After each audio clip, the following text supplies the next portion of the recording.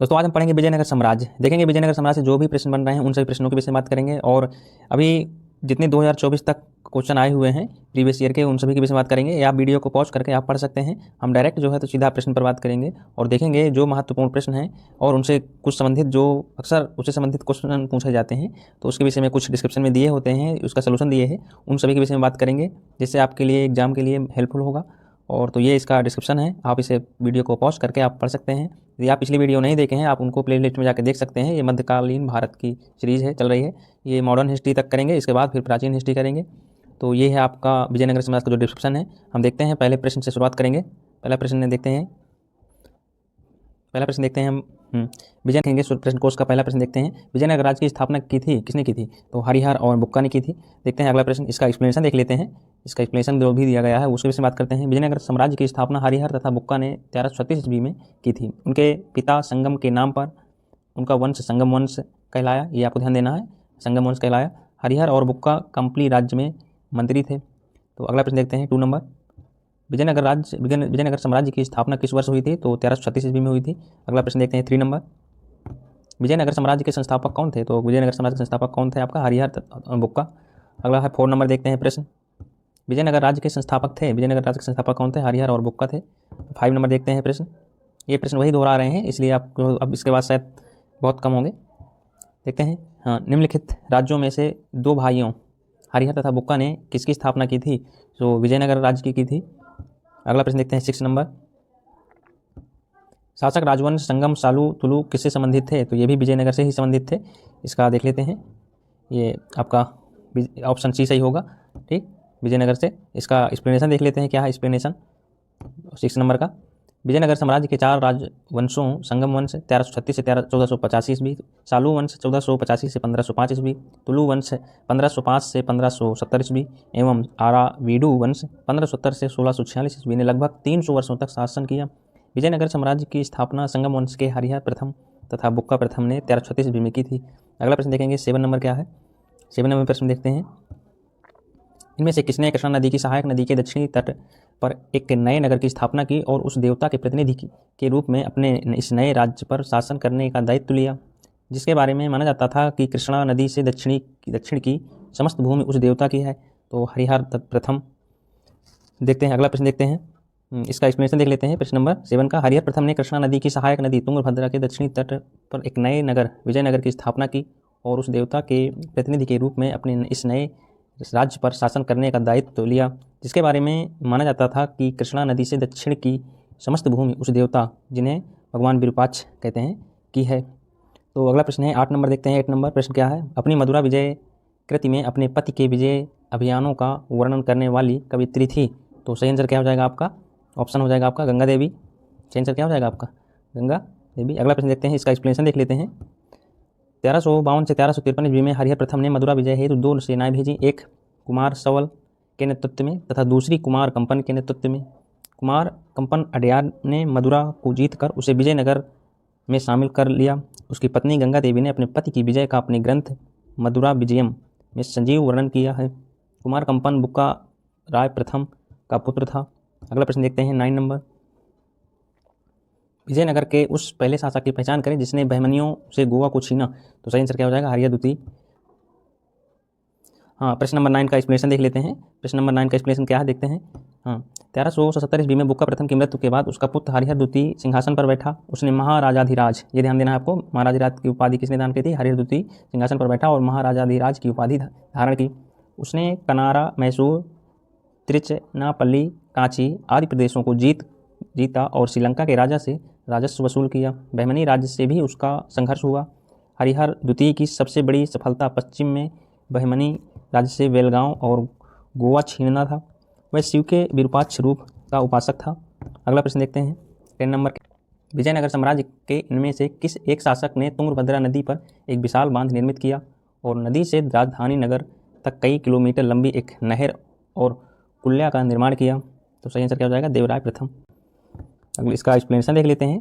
15वीं शताब्दी में विजयनगर साम्राज्य की राजधानी को सबसे बड़े शहरों में से एक बनाने का श्रेय देवराय प्रथम को जाता है। उन्होंने लगभग 1410 ईस्वी के आसपास में तुंगभद्रा नदी पर एक बांध का निर्माण करवाया और तुंगभद्रा नदी से राजधानी तक 24 किलोमीटर लंबी एक नहर एवं कुल्या का निर्माण करवाया। देखते हैं प्रश्न नंबर 11 देखते हैं, निम्नलिखित कथनों पर विचार कीजिए। नरसिंह सालू ने संगम वंश का अंत किया और उसने राज सिंहासन छीन कर सालू वंश आरंभ किया। बिल्कुल सही है। सेकंड है, वीर नरसिंह ने अंतिम सालू शासक को गद्दी से उतार कर राज सिंहासन छीना। ये भी सही है। वीर नरसिंह, तीसरा नंबर है, वीर नरसिंह के उत्तरवर्ती उनके अनुज कृष्णदेव राय थे। ये भी सही है। चौथा है, कृष्णदेव राय के उत्तरवर्ती उनके अर्ध भाई अच्युत देव राय थे। ये भी सही है। तो सही आंसर क्या हो जाएगा आपका? ऑप्शन हो जाएगा डी, क्योंकि चारों सही हैं। इसलिए देखते हैं इसका आप एक्सप्लेनेशन देख सकते हैं। चंद्रगिरी के सामंत नरसिंह सालू ने संगम वंश के अंतिम शासक विरूपाक्ष द्वितीय को पदच्युत करके 1485 ईस्वी में सिंहासन पर अधिकार कर लिया एवं एक नवीन राजवंश सालू वंश की स्थापना की। वीर नरसिंह ने नरसिंह सालू के पुत्र इमाड़ नरसिंह सालू वंश का अंतिम शासक को पदच्युत करके सिंहासन पर अधिकार कर लिया एवं तुलु वंश की नींव डाली। 1509 ईस्वी में उसकी मृत्यु के बाद अनुज कृष्णदेव राय 1509 से 1537 ईस्वी सिंहासन सीन हुआ। कृष्णदेव राय का उत्तराधिकारी उसका चचेरा भाई अच्युत देव राय हुआ, जो 1529 ईस्वी में सिंहासन पर बैठा। अतः उपयुक्त सभी कथन सत्य हैं। प्रश्न नंबर देखेंगे अगला 12 नंबर देखेंगे। प्रश्न नंबर 12 है आपका, विजयनगर के राजा कृष्णदेव राय ने गोलकुंडा का युद्ध किस राजा के साथ लड़ा था? तो सही आंसर क्या हो जाएगा आपका? कुली कुतुब शाह के साथ। इसका एक्सप्लेनेशन देख लेते हैं। एक्सप्लेनेशन क्या है? विजयनगर के राजा कृष्णदेव राय ने गोलकुंडा का युद्ध गोलकुंडा के सुल्तान कुली कुतुब शाह के साथ लड़ा था। गोलकुंडा में कुतुब शाही वंश की स्थापना कुली कुतुब शाह ने की थी। जब कृष्णदेव राय उड़ीसा के साथ युद्ध में व्यस्त था, तब कुतुब शाह ने विजयनगर की सीमा पर स्थित पांगल और गुंटूर के दुर्ग पर आक्रमण किया तथा वारंगल, कोडविड आदि के किले जीत लिए। इसके पश्चात उसने विजयनगर पर आक्रमण करने का प्रयास किया। कृष्णदेव राय और कुतुब शाह के बीच संघर्ष हुआ, जिसमें कुतुब शाही सेना पराजित हुई। अगला प्रश्न देखते हैं। 13 नंबर प्रश्न क्या है? कृष्णदेव राय के दरबार में अष्टदिग्गज कौन थे? तो अष्टदिग्गज कौन थे? 8 तेलुगु कवि थे। देखते हैं वो 8 जो तेलुगु सभी थे उनका भी देख लेते हैं। कृष्णदेव राय का शासनकाल विजयनगर में तेलुगु साहित्य का क्लासिकी युग माना जाता है। उसके दरबार को तेलुगु के 8 महान विद्वान एवं कवि, जिन्हें अष्टदिग्गज कहा जाता है, सुशोभित करते थे। इसलिए इसके शासनकाल को तेलुगु साहित्य का स्वर्ण युग भी कहा जाता है। कृष्णदेव राय ने आंध्र भोज की भी उपाधि धारण की थी। ये ध्यान रखना है, किसने आंध्र भोज की उपाधि धारण की थी? कृष्णदेव राय ने। अष्टदिग्गज तेलुगु कवियों में पेड्डाना सर्वप्रमुख था, जो संस्कृत और तेलुगु दोनों भाषाओं का ज्ञाता था। उसकी प्रमुख रचनाएं स्वरोचिष मनुसंभवम है। कृष्णदेव राय स्वयं एक उत्कृष्ट कवि और लेखक थे। उनकी प्रमुख रचना आमुक्त माल्यद थी, जो तेलुगु भाषा के 5 महाकाव्यों में से एक है। इसके अतिरिक्त कृष्णदेव राय को कला और निर्माण कार्य में भी रुचि थी। उसने नागलपुर नामक नगर की स्थापना की। अगला प्रश्न देखते हैं। 14 नंबर देखते हैं। प्रश्न 14 नंबर क्या है? इनमें से किसे आंध्र भोज भी कहा जाता है? तो 14 नंबर प्रश्न है, तो ये किसको? कृष्णदेव राय को। देखते हैं 15 नंबर, अष्टदिग्गज किस राजा से संबंधित था? तो कृष्णदेव राय से। प्रश्न नंबर 16 है, प्रसिद्ध विजयनगर शासक कृष्णदेव राय के अधीन किस साहित्य का स्वर्ण युग था? तो सही आंसर क्या हो जाएगा आपका? तेलुगु साहित्य का। 17 नंबर प्रश्न को देखते हैं। कृष्णदेव राय ने किस नगर की स्थापना की थी? तो कृष्णदेव राय ने किसकी की थी? नागलपुर की स्थापना की थी। इसकी भी व्याख्या देख चुके हैं। अगला प्रश्न है, देखते हैं 18 नंबर है, इनमें से किस प्रसिद्ध शासक ने अपनी माता के नाम पर विजयनगर के पास नागलपुर की एक उपनगरीय बस्ती की स्थापना की थी? तो सही आंसर क्या हो जाएगा? कृष्णदेव राय। इसका एक्सप्लेनेशन देखते हैं। कृष्णदेव राय 1509 से 1529 विजयनगर साम्राज्य के तुलु वंश का शासक था। इसे विजयनगर साम्राज्य का सर्वाधिक प्रतापी शासक माना जाता है। कृष्णदेव राय ने अपनी माता नागाम्बा के नाम पर नागम्बमपुरम, जिसे वर्तमान में नागलपुरम कहा जाता है, जो आंध्र प्रदेश राज्य के तिरुपति जिले में स्थित है। प्रश्न नंबर 19 देखते हैं। निम्न कथनों पर विचार कीजिए और दिए गए कूट का प्रयोग करते हुए सही उत्तर का चयन कीजिए। कथन है आपका, देखते हैं। विजयनगर के शासक कृष्णदेव राय ने आमुक्त माल्यद ग्रंथ की रचना की। सही है आंसर आपका। सेकंड है आपका, कृष्णदेव राय को आंध्र भोज के नाम से भी जाना जाता था। ये भी सही है आपका, सेकंड नंबर भी सही है। इसका आप देखते हैं थर्ड नंबर क्या है आपका। उनके दरबार को अल-सानी पेडन्ना नामक राजकवि सुशोभित करता था, ये भी सही है। जो संस्कृत एवं तमिल दोनों भाषाओं का ज्ञाता था, तो संस्कृत का था लेकिन तमिल की बजाय तेलुगु का था, इसलिए ये क्या होगा कथन आपका गलत होगा। तो सही आंसर क्या हो जाएगा आपका पहला और दूसरा सही होगा। इसका एक्सप्लेनेशन देख लेते हैं। एक्सप्लेनेशन क्या दिया गया है 20, ये देखिए आपका सी सही होगा, आपका कथन 1 और 2 दोनों सही हैं। इसका एक्सप्लेनेशन देख लेते हैं। व्याख्या क्या है, कृष्णदेव राय का शासनकाल विजयनगर में तेलुगु साहित्य का क्लासिकी युग कहा जाता है। इसके दरबार को तेलुगु के 8 महान कवि एवं विद्वान अष्टदिग्गज सुशोभित करते थे। कृष्णदेव राय स्वयं एक उत्कृष्ट कवि था। उनकी प्रमुख रचना आमुक्तमाल्य थी, जो तेलुगु भाषा के 5 महाकाव्यों में से एक है। कृष्णदेव राय ने आंध्र भोज की उपाधि धारण की थी। उनके दरबार को अष्टदिग्गज तेलुगु कवियों में प्रमुख अल-सानी पेडन्ना नामक राजकवि सुशोभित करता था, जो जो जो आपका क्या थे, संस्कृत एवं तेलुगु भाषा दोनों भाषाओं का ज्ञाता था। उसकी प्रमुख रचनाएं स्वारोचिष मनुसंभवम है। अगला प्रश्न देखते हैं। 20 नंबर क्या है आपका प्रश्न हो जाएगा आपका 20 नंबर हो जाए विजयनगर 20 नंबर क्या है आपका, विजयनगर का प्रसिद्ध हजारा मंदिर किसके शासनकाल में निर्मित हुआ था। तो सही आंसर क्या हो जाएगा कृष्णदेव राय के। इसका एक्सप्लेनेशन देख लेते हैं। विजयनगर का प्रसिद्ध हजारा राम मंदिर कृष्णदेव राय के शासनकाल में निर्मित हुआ था। अगला इसका प्रश्न देखते हैं 21 नंबर।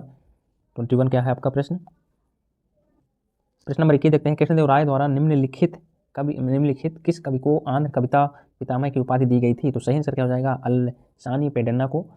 देखते हैं इसका व्याख्या क्या दी गई है। कृष्णदेव राय द्वारा अल-सानी पेडन्ना को आंध्र कविता पितामह या आंध्र पितामह की उपाधि दी गई थी। इस संस्कृत और तेलुगु दोनों भाषाओं के ज्ञाता थे। उनकी प्रमुख रचना स्वारोचिष मनुसंभवम है। इसका अगला प्रश्न देखते हैं 22।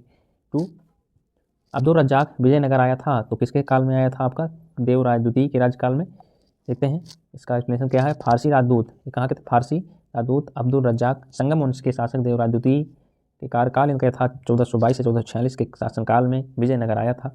अगला प्रश्न देखते हैं 23 नंबर क्या है 23 देखेंगे। 23 आपका 23 प्रश्न देखते हैं। फारसी यात्री अब्दुल रज्जाक भारत में किस राजा के शासनकाल में आया था। तो सही उत्तर क्या हो जाएगा आपका देवराय द्वितीय के शासनकाल में। 24 है आपका, ये बहुत इंपॉर्टेंट प्रश्न है जो अब्दुल रज्जाक और निकोला कॉन्टी का भी अक्सर पूछा जाता है। देखते हैं 24 निकोला कॉन्टी कौन था। तो कौन था, इटली का एक यात्री था जिसने विजयनगर साम्राज्य की यात्रा की, ये सही हो जाएगा। लेकिन इसका एक्सप्लेनेशन इसकी व्याख्या देखते हैं क्या है। निकोला कॉन्टी इटली का एक प्रसिद्ध यात्री था जिसने देवराय प्रथम के शासनकाल में विजयनगर साम्राज्य की यात्रा की थी। निकोला कॉन्टी ने नगरों एवं मनाए जाने वाले प्रमुख त्योहारों दीपावली, नवरात्र आदि का वर्णन किया। इसने दास प्रथा का विस्तृत विवरण दिया है। निकोला कॉन्टी ने लिखा है, विजयनगर साम्राज्य में विशाल संख्या में दास हैं। जो कर्जदार अपना ऋण अदा नहीं कर पाते, उन्हें ऋणदाता द्वारा अपना दास बना लिया जाता है। तो अगला प्रश्न देखते हैं 25 नंबर क्या है आपका प्रश्न। पुर्तगाली के लेखक नूनिज के अनुसार विजयनगर साम्राज्य में महिलाएं निम्नलिखित में से किन क्षेत्रों में निपुण थीं। कुश्ती में, ज्योतिष शास्त्र में, लेखाकरण में, भविष्यवाणी में। तो इन सभी में निपुण थी, चारों में। ठीक, तो डी सही हो जाएगा इसका आंसर। देखते हैं इसका व्याख्या देख लेते हैं। व्याख्या क्या कहता है। पुर्तगाली लेखक फर्नाओ नूनिज विजयनगर के शासक अच्युत देव, इनका याद रखना है कि इनके समय में अच्युत देव राय के शासनकाल में भारत की यात्रा की थी। वह कुछ समय तक अच्युत देव राय के दरबार में भी रहा। नूनिज घोड़े का व्यापारी था। नूनिज के अनुसार विजयनगर साम्राज्य में महिलाएं कुश्ती, ज्योतिष शास्त्र, लेखाकरण, भविष्यवक्ता तथा संगीत एवं नृत्य में निपुण होती थी। राजप्रसाद में रहने वाली इन स्त्रियों में से सैकड़ों को राजा लोग अपने साथ युद्ध क्षेत्र में ले जाते थे। इस प्रकार विकल्प डी सही होगा। देखते हैं अगला प्रश्न क्या है। अगला प्रश्न देखते हैं 26 नंबर है आपका। निम्नलिखित में से कौन महाभारत के तेलुगु अनुवादों के लिए विख्यात हैं। तो सही आंसर क्या हो जाएगा आपका नन्नय और टिक्कन। तो सही आंसर हो जाएगा आपका सी हो जाएगा। देखते हैं इसका व्याख्या क्या है। व्याख्या देख लेते हैं। महाभारत के तेलुगु अनुवाद का कार्य नन्नय ने प्रारंभ किया था, जिसे टिक्कन तथा शेररन द्वारा पूरा किया गया। ये तीनों तेलुगु साहित्य के कवित्रय के रूप में विख्यात हैं। देखते हैं इसका अगला प्रश्न देखते हैं 27 नंबर क्या है। वैदिक ग्रंथों के भाष्यकार सायण को आश्रय प्राप्त था। तो सही आंसर क्या हो जाएगा आपका विजयनगर राजाओं का। अगला प्रश्न देखते हैं, इसका व्याख्या देख लेते हैं। वैदिक ग्रंथों के भाष्यकार सायण को विजयनगर राजाओं का आश्रय मिला। हरिहर एवं बुक्का ने तुंगभद्रा के उत्तरी तट पर स्थित अनेगोंडी दुर्ग के सम्मुख उसके दक्षिण तट पर विजयनगर शहर एवं राज्य की नींव डाली थी। अपने इस साहसिक कार्य में उन्हें तत्कालीन प्रसिद्ध ब्राह्मण, साधु एवं विद्वान माधव विद्यारण्य तथा उनके भाई वेदों के प्रसिद्ध भास्कर शायर से प्रेरणा मिली थी। देखते हैं अगला प्रश्न 28 नंबर क्या है। वैदिक ग्रंथों के प्रसिद्ध भास्कर शायर निम्न में से किस एक काल में सक्रिय थे? तो सही है विजयनगर राजकाल में। इसका एक्सप्लेनेशन देख लेते हैं। एक्सप्लेनेशन नहीं है। 29 देखते हैं। निम्न में से किसके राजरोहण को अब 500 वर्ष गुजर गए हैं? तो सही कृष्णदेव राय के। देखते हैं इसका एक्सप्लेनेशन देख लेते हैं 29 का। 29 क्या है, व्याख्या क्या है इसकी देख लेते हैं। देखते हैं इसकी व्याख्या क्या है। कृष्णदेव राय का राज्यारोहण 1509 ईस्वी में हुआ था तथा उसने 1529 ईस्वी तक शासन किया था। वह विजयनगर साम्राज्य का महानतम राजा एवं भारत के महान शासकों में से एक था। हरिहर प्रथम 1536 से 1556 ईस्वी एवं बुक्का विजयनगर साम्राज्य के संस्थापक थे। पूर्वी चालुक्य वंशी राजेंद्र द्वितीय कुलोत्तुंग प्रथम के नाम से चोल साम्राज्य का सम्राट बना। कुलोत्तुंग प्रथम 1070 से 1120 चोल शासक राजेंद्र प्रथम का क्या था, प्रपौत्र था। प्रश्नानुसार वर्ष 2008 में कृष्णदेव राय के राज्यारोहण के 500 वर्ष पूरे हुए थे। यद्यपि हरिहर प्रथम एवं कुलोत्तुंग प्रथम के राज्यारोहण को भी 500 वर्ष गुजर गए हैं। इस तरह इस प्रश्न में त्रुटि है, अतः निकटतम उत्तर विकल्प भी होगा। अगला प्रश्न देखते हैं। नंबर देखते हैं 1565 ईस्वी में कौन सा युद्ध हुआ था? तो सही आंसर क्या हो जाएगा आपका, तालीकोटा का युद्ध हुआ था। देखते हैं इसका व्याख्या क्या है। 1565 ईस्वी में तालीकोटा के प्रसिद्ध युद्ध में बीजापुर, अहमदनगर, गोलकुंडा और बीदर की संयुक्त सेनाओं ने विजयनगर को पराजित किया। इस संयुक्त सेना में केवल बरार शामिल नहीं था। परिस्थिति के अनुसार यह युद्ध तालीकोटा में लड़ा गया, किंतु युद्ध का वास्तविक क्षेत्र राक्षसी एवं तंगड़ी नामक 2 ग्रामों के बीच स्थित था।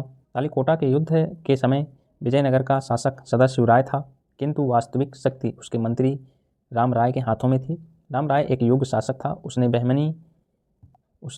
बहमनी राज्यों के मुस्लिम शासकों के मध्य फूट डालने का प्रयास किया, किंतु सफल नहीं हुआ। तालीकोटा के इसी युद्ध में हुसैन निजाम शाह ने अपने हाथ से राम राय को वध कर दिया। देखते हैं अगला प्रश्न 31 नंबर क्या है। ये प्रश्न फिर दोहराया जा रहा है। देखते हैं सन 1565 ईस्वी में कौन सा युद्ध हुआ था? तो तालीकोटा का युद्ध हुआ था। फिर प्रश्न देखते हैं अगला नंबर।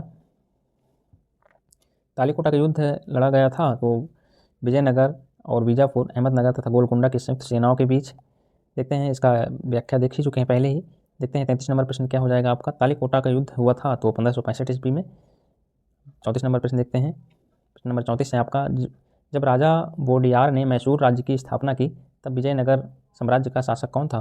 तो सही हो जाएगा वेंकट द्वितीय था। इसकी व्याख्या देख लेते हैं। व्याख्या क्या है इसकी। अरावीडु वंश की स्थापना 1570 ईस्वी के लगभग तिरुमल ने सदाशिव को अपदस्थ कर पेनुकोंडा में की थी। इसका उत्तराधिकारी श्रीरंग प्रथम हुआ। श्रीरंग प्रथम के बाद वेंकट द्वितीय शासक हुआ। उसने चंद्रगिरी को अपना मुख्यालय बनाया। विजयनगर के महान शासकों की श्रृंखला में यह अंतिम शासक था। वेंकट द्वितीय राजा वोडियार का समकालीन था, जिन्होंने 1612 ईस्वी में मैसूर राज्य की स्थापना की थी। देखते हैं अगला प्रश्न देखते हैं। 35 नंबर है आपका प्रश्न। विजयनगर साम्राज्य की वित्तीय व्यवस्था की मुख्य विशेषता क्या थी? तो सही आंसर क्या हो जाएगा आपका, भू राजस्व। इसका देखते हैं व्याख्या क्या है आपका। विजयनगर राज्य को विभिन्न स्रोतों से आय प्राप्त होती थी, यथा भू राजस्व, संपत्ति कर, व्यापारिक कर, व्यावसायिक कर, उद्योगों पर लगाए जाने वाले कर, सामाजिक और सामुदायिक कर तथा अपराधों के लिए आरोपित अर्थदंड। राजस्व का सर्वाधिक महत्वपूर्ण स्रोत ही भूमि कर था, जिसे शिष्ट या राय रेखा कहा जाता था। भूमि का भलीभांति सर्वेक्षण कर भू राजस्व वसूल किया जाता था। अगला प्रश्न देखते हैं। 36 नंबर है। प्रश्न नंबर 36 है आपका। विजयनगर के शासक कृष्णदेव राय की कराधान व्यवस्था से संबंधित निम्नलिखित कथनों पर विचार कीजिए। तो देखना है, भूमि की गुणवत्ता के आधार पर भू राजस्व की दर नियत होती थी। कारखानों के निजी स्वामी एक औद्योगिक कर देते थे। उपयुक्त कथनों में से कौन से सही हैं? तो देखते हैं इसका एक्सप्लेनेशन देख लेते हैं। प्रश्न नंबर 36 का क्या है, एक्सप्लेनेशन देखते हैं। इसका आंसर सही हो जाएगा 1 और 2 दोनों। देखते हैं इसकी व्याख्या क्या दिया गया है। विजयनगर के शासक कृष्णदेव राय की कराधान व्यवस्था में भूमि की गुणवत्ता के आधार पर भू राजस्व निर्धारित होता था। सरकार की आय का मुख्य स्रोत भू राजस्व व्यवस्था थी। भूमि को अनेक श्रेणियों में विभाजित किया गया था। राजस्व एकत्र करने हेतु 98 नामक एक अलग विभाग था। भू राजस्व निर्धारण हेतु भूमि को 4 वर्गों में वर्गीकृत किया गया था: सिंचित, शुष्क, उद्यान और वन। सामान्यतः भू राजस्व की दर उपज का के 1/3 अंश से 1/6 अंश तक थी। इसका निर्धारण भूमि की श्रेणी और फसल की उत्कृष्टता के आधार पर होता था। अपवाद स्वरूप ब्राह्मणों की भूमि से उपज का मात्र 1/20 अंश और मंदिरों की भूमि से मात्र 1/30 अंश भू राजस्व लिया जाता था। विवाह कर, बागवानी शुल्क, सीमा शुल्क के अतिरिक्त विभिन्न वस्तुओं के उत्पादन पर कारखानों के निजी स्वामियों को एक औद्योगिक कर भी देना पड़ता था। प्रश्न नंबर है आपका, देखते हैं 37 नंबर प्रश्न क्या है आपका। निम्नलिखित में से किस स्थान के खंडहर विजयनगर की प्राचीन राजधानी का प्रतिनिधित्व करते हैं? तो सही आंसर हो जाएगा आपका हम्पी।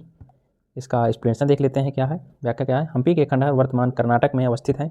विजयनगर साम्राज्य की प्राचीन राजधानी का प्रतिनिधित्व करते हैं। विजयनगर काल में बना विरूपाक्ष मंदिर यहीं पर अवस्थित है। हम्पी यूनेस्को की विश्व विरासत स्थलों की सूची में भी शामिलित है। अगला प्रश्न है आपका 38 नंबर है आपका प्रश्न। विजयनगर साम्राज्य का अवशेष कहाँ मिलता है? तो सही आंसर हो जाएगा आपका हम्पी में। इसका अगला प्रश्न देखते हैं 39 नंबर है 39। विजयनगर साम्राज्य की राजधानी किस नदी के तट पर स्थित थी? तो सही क्या है? तुंगभद्रा नदी। देखते हैं अगला प्रश्न 40 नंबर प्रश्न देखते हैं, इसकी व्याख्या देख लेते हैं 39 का। विजयनगर साम्राज्य की राजधानी हम्पी विजयनगर तुंगभद्रा नदी के तट पर अवस्थित थी। विजयनगर साम्राज्य की स्थापना 1336 ईस्वी में हरिहर एवं बुक्का ने की थी। विजयनगर का शाब्दिक अर्थ है जीत का शहर। यूनेस्को ने हम्पी के स्मारकों के समूह को वर्ष 1986 में अपने विरासत स्थलों की सूची में शामिल किया था। देखते हैं अगला प्रश्न 40 नंबर है आपका प्रश्न क्या है। प्रश्न नंबर 40 है आपका, विजयनगर के किस शासक ने चीन के सम्राट के पास अपना राजदूत भेजा था? तो सही आंसर क्या हो जाएगा? बुक्का प्रथम। देखते हैं इसकी व्याख्या देखते हैं, व्याख्या क्या है आपका। विजयनगर साम्राज्य की स्थापना हरिहर एवं बुक्का ने 1336 ईस्वी में की थी। अपने इस साहसिक कार्य में हरिहर एवं बुक्का ने अपने गुरु विद्यारण्य तथा वेदों के प्रसिद्ध भाष्यकार सायण से प्रेरणा ली थी। संगमवंशी शासक बुक्का प्रथम 1356 से 1370 ने 1374 ईस्वी में चीन के सम्राट के पास अपना दूत मंडल भेजा था। देखते हैं अगला प्रश्न देखते हैं 41 नंबर क्या है आपका प्रश्न। प्रमुख तेलुगु कवि श्रीनाथ किसके दरबार में थे? तो सही आंसर क्या हो जाएगा आपका? देवराय द्वितीय के दरबार में थे। देखते हैं इसका एक्सप्लेनेशन क्या है आपका, व्याख्या देख लेते हैं इसका। प्रख्यात मध्यकालीन तेलुगु कवि श्रीनाथ विजयनगर साम्राज्य के शासक देवराय द्वितीय 1422 से 1446 ईस्वी के दरबार में थे। वे कोडाविडु के रेड्डी शासक पेडा कोमती वेमा रेड्डी के संरक्षण में भी रहे थे। श्रृंगार नैषधम उनकी प्रमुख कृति है, इसको याद रखना है। श्रृंगार नैषधम उनकी क्या है? प्रमुख कृति है। छत्तीसगढ़ लोक सेवा आयोग ने अपनी संशोधित उत्तर कुंजी में इस प्रश्न को विलोपित कर दिया है। देखते हैं अब इसका प्रश्न क्या है, अगला प्रश्न क्या है 42 नंबर प्रश्न देखते हैं। किसके राज्य में कल्याण मंडप की रचना मंदिर निर्माण का एक विशिष्ट अभिलक्षण था? तो सही आंसर हो जाएगा विजयनगर। देखते हैं इसका व्याख्या क्या है आपका। मंदिर निर्माण की शैली में विजयनगर साम्राज्य का प्रमुख योगदान कल्याण मंडप का निर्माण है। धार्मिक उत्सवों के समय देवता देवी की प्रतिमा कल्याण मंडप में स्थापित कर दी जाती थी। इसमें दैव विवाहों का आयोजन किया जाता था। देखते हैं अगला प्रश्न 43 नंबर है आपका प्रश्न। प्रसिद्ध विजय विट्ठल मंदिर जिसके 56 तक्षित स्तंभ संगीतमय स्वर निकलते हैं कहाँ अवस्थित है? तो कहाँ अवस्थित है इसका देखते हैं। टी सही है आपका, हम्पी है। हम्पी आपका देखते हैं इसका एक्सप्लेनेशन क्या है। विट्ठल मंदिर विजय विट्ठल मंदिर का निर्माण विजयनगर साम्राज्य के तुलु वंश के महाप्रतापी राजा कृष्णदेवराय 1509 से 1529 ईस्वी ने करवाया था। इस मंदिर में स्थित 56 तक्षित स्तंभ संगीत में स्वर निकलते हैं। इस मंदिर का निर्माण हम्पी में किया गया था। अगला प्रश्न देखते हैं 44 नंबर प्रश्न क्या है। प्रश्न नंबर 44 से देखते हैं, विजयनगर काल में दक्षिण भारत की किस नृत्य परंपरा का पहली बार विकास हुआ? तो सही आंसर क्या हो जाएगा यक्षगान का। इसका व्याख्या देख लेते हैं इसकी क्या है। विजयनगर काल में दक्षिण भारत की यक्षगान नृत्य परंपरा का पहली बार विकास हुआ था। यक्षगान कर्नाटक राज्य का एक पारंपरिक लोक नृत्य है जो मुख्यतः राज्य के तटीय जिलों में लोकप्रिय है।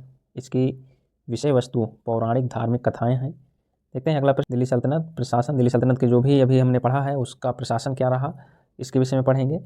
तो मिलते हैं नेक्स्ट टॉपिक पर। यदि वीडियो को लाइक एंड सब्सक्राइब नहीं किए हैं सो आप कर लें। मिलते हैं नेक्स्ट टॉपिक पर।